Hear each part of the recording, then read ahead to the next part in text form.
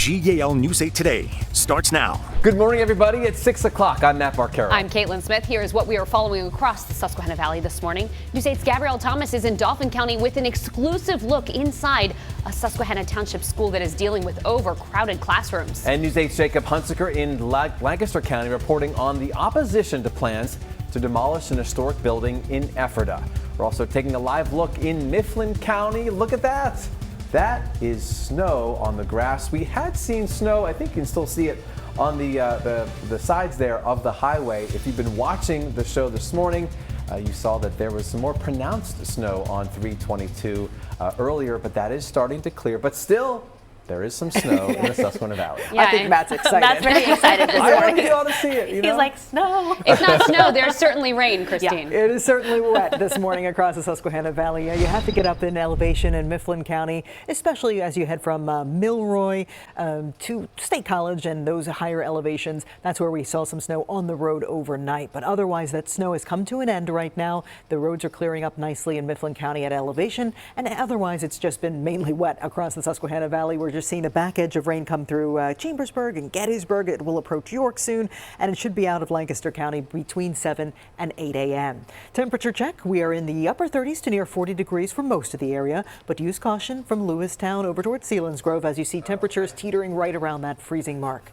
12-hour forecast today. The clouds, they hang tough through the morning into the afternoon, but I do think we could see some peaks of sunshine, Regina. I'm hopeful. I'm optimistic for a few peaks of sun later this afternoon into the evening, but overall 46. That's a little cool for this time of the year. I say we all just go into like a poetry session. Oh, sun, come out wherever you are. What did you say earlier? Wherefore art thou sunshine? Wherefore art thou sunshine? Yeah, nice. We need you. We miss you, but it's okay. We can last her a couple of days. All right, Christine, thank you. It's Wednesday, everyone. 6:02 on the clock. Good morning to you. Hopefully you're having a nice morning. Getting through the work week just fine. Right now, we do have a crash that we're monitoring. This is in Adams County, Route 30, Buchanan Valley Road there. In Franklin Township, looks like traffic flowing just fine, but just it could slow you down a little bit. Wanted to give you a heads up. Now, where there is a slowdown is in Dauphin County. Now, this is along 322. Wanted to show you from our camera exactly how that's looking right now there on the Lingelstown Road exit. See, not too bad. It's just very slow. People are driving with a lot of caution there. And we showed you this at the top of 6 o'clock, the snow there in Mifflin County. Just be careful if you are driving north. It could be a little bit sketchy in some parts. We'll have another update in a little bit. This has been a Lancaster Toyota traffic report. We are getting our first look this morning inside a Susquehanna Township school in Dauphin County as it continues to deal with overcrowding in its classrooms. So voters in the school district voted down a referendum on Election Day that would have helped get money for a new school. So what does the district do now? Well, News 8's Gabrielle Thomas is giving us an exclusive look. She's joining us live in Susquehanna Township with what this means for the students there. Good morning, Matt and Caitlin. Well, the superintendent says the district has reached full capacity in its classroom. And I went to go view those learning conditions yesterday, and they're making space with what they have. Sarah Lindemuth Elementary School is just one of the schools experiencing a record number of students. Right now, we still do have teachers in hallways, and they're still teaching our children to read in the hallway. We're pleased with the devotion of our staff. Even though the referendum failed, our staff is just as committed to providing a quality education for our children.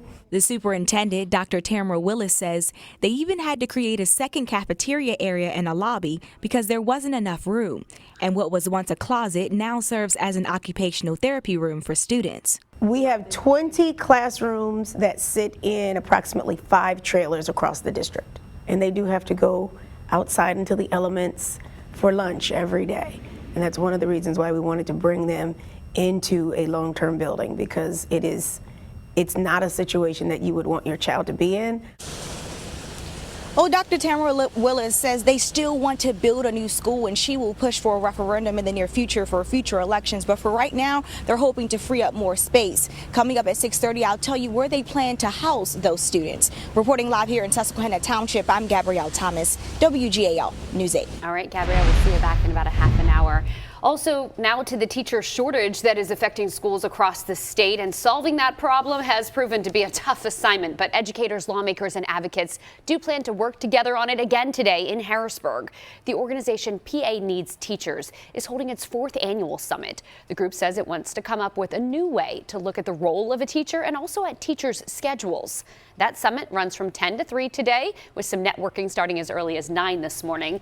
It will be at the Pennsylvania Training and Technical Assistance Network. That's on Flank Drive. Today, an organization will be at the state capitol urging lawmakers to vote on a bipartisan bill that would call for the state constitution to be amended. It would create an independent redistricting commission that would redraw congressional and state legislative district maps. Right now, there are 5 people, including state lawmakers, who are part of the process to redraw the maps.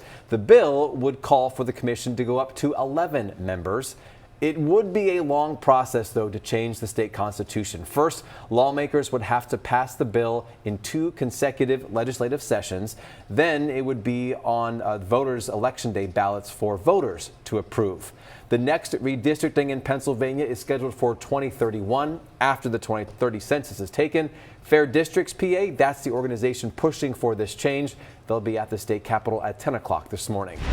It's 6:06, and a group in Lancaster County is opposing a plan to demolish a historic mill in Ephrata. The Ephrata National Bank is presenting an application at the Borough Zoning Board tonight to have the Wenger feed mill rezoned and then knocked down. News 8's Jacob Hunziker joining us live from Ephrata with what both sides are saying ahead of this meeting. Jacob. Matt, Caitlin, good morning to both of you. This current dispute between the Preservation Trust of Lancaster County and the Ephrata National Bank all stems over what to do, as you mentioned, with that old Wenger feed mill building. That's already where Ephrata National Bank is currently located here on East Main Street in Ephrata Borough. Simply put, the bank says that the current space just doesn't meet their needs anymore. They need more size, they need more space, which comes with the demands of an expanding business. It has become easier and more cost-effective, according to the bank, to demolish the building and start over with a new one from scratch. Meanwhile, the Historic Preservation argues that the building is rich with historical impacts that are tied to the community. They'd rather see the bank repurpose the space and keep the main structure of the building as is. That dates back to its creation way back before 1940. What we want to do is use it as a historical tribute to the banking industry in Ephrata, specifically Ephrata National Bank's history, which has been just as important to the commercial and industrial history of the borough and greater community since our founding in 1881. Ideally, I would, love everybody that owns a historic building to want to care for them and preserve them, and that does not always happen. But I think that there is a point where the community benefit outweighs the private interest, especially if the building has been recognized as being important. A zoning meeting tonight for the Zoning Commission to decide whether they are okay with allowing Ephrata National Bank to move forward with that planned demolition. That's going to be taking place at 7 o'clock tonight. Live in Ephrata this morning, Jacob Hunziker for WJAL News 8. Thanks, Jacob. A Lancaster teenager charged with attempted homicide will have his case continue in Lancaster County Court. The DA's office says that Jaquan Williams, who is 16, waived his preliminary hearing. They say that he's accused of shooting another person in the face near Colton Park on West Strawberry Street last month. Police say that person was taken to the hospital and needed surgery on their jaw. And now Lancaster Township Police say Jaquan Williams' father is also being charged. Police say 39-year-old Calvin Williams was arrested yesterday after they say he sent dozens of messages and phone calls to the person his son is accused of shooting, and to that person's family, threatening to kill them and burn down their home. According to police, Calvin Williams was arrested at his home in Memphis, Tennessee, and is already behind bars at the Lancaster County Prison. In Dauphin County, Stilton Mayor Sierra Dent is announcing who will be the interim police chief when the current police chief retires soon. Dent says that Shockey Lacey will serve as the police chief starting December 1st. Current police chief in Stilton, Bill Schaub, is set to retire December 2nd after 30 years of service. Well, a new study is revealing more people are falling behind on the utility bills. According to the Associated Press and Century Foundation, past due balances to utility companies jumped nearly 10% from last year to this year in the period between April and June. The study says the increase overlaps with a 12% jump in monthly energy bill costs during that same period. So here in the Susquehanna Valley, UGI says it's seen a 9% increase in customers who are more than 90 days late from last October to this October. I think folks are really making tough decisions on if they're going to feed their family, if they're going to keep their lights on. What you're seeing right now is there is probably some impact of people not getting LIHEAP funds. UGI says it is chipping in $500,000 to something called Operation Share that provides energy assistant grants to qualified customers who are having trouble paying their heating bills. In all, the company says it's committed $1.7 million to that fund so far this year.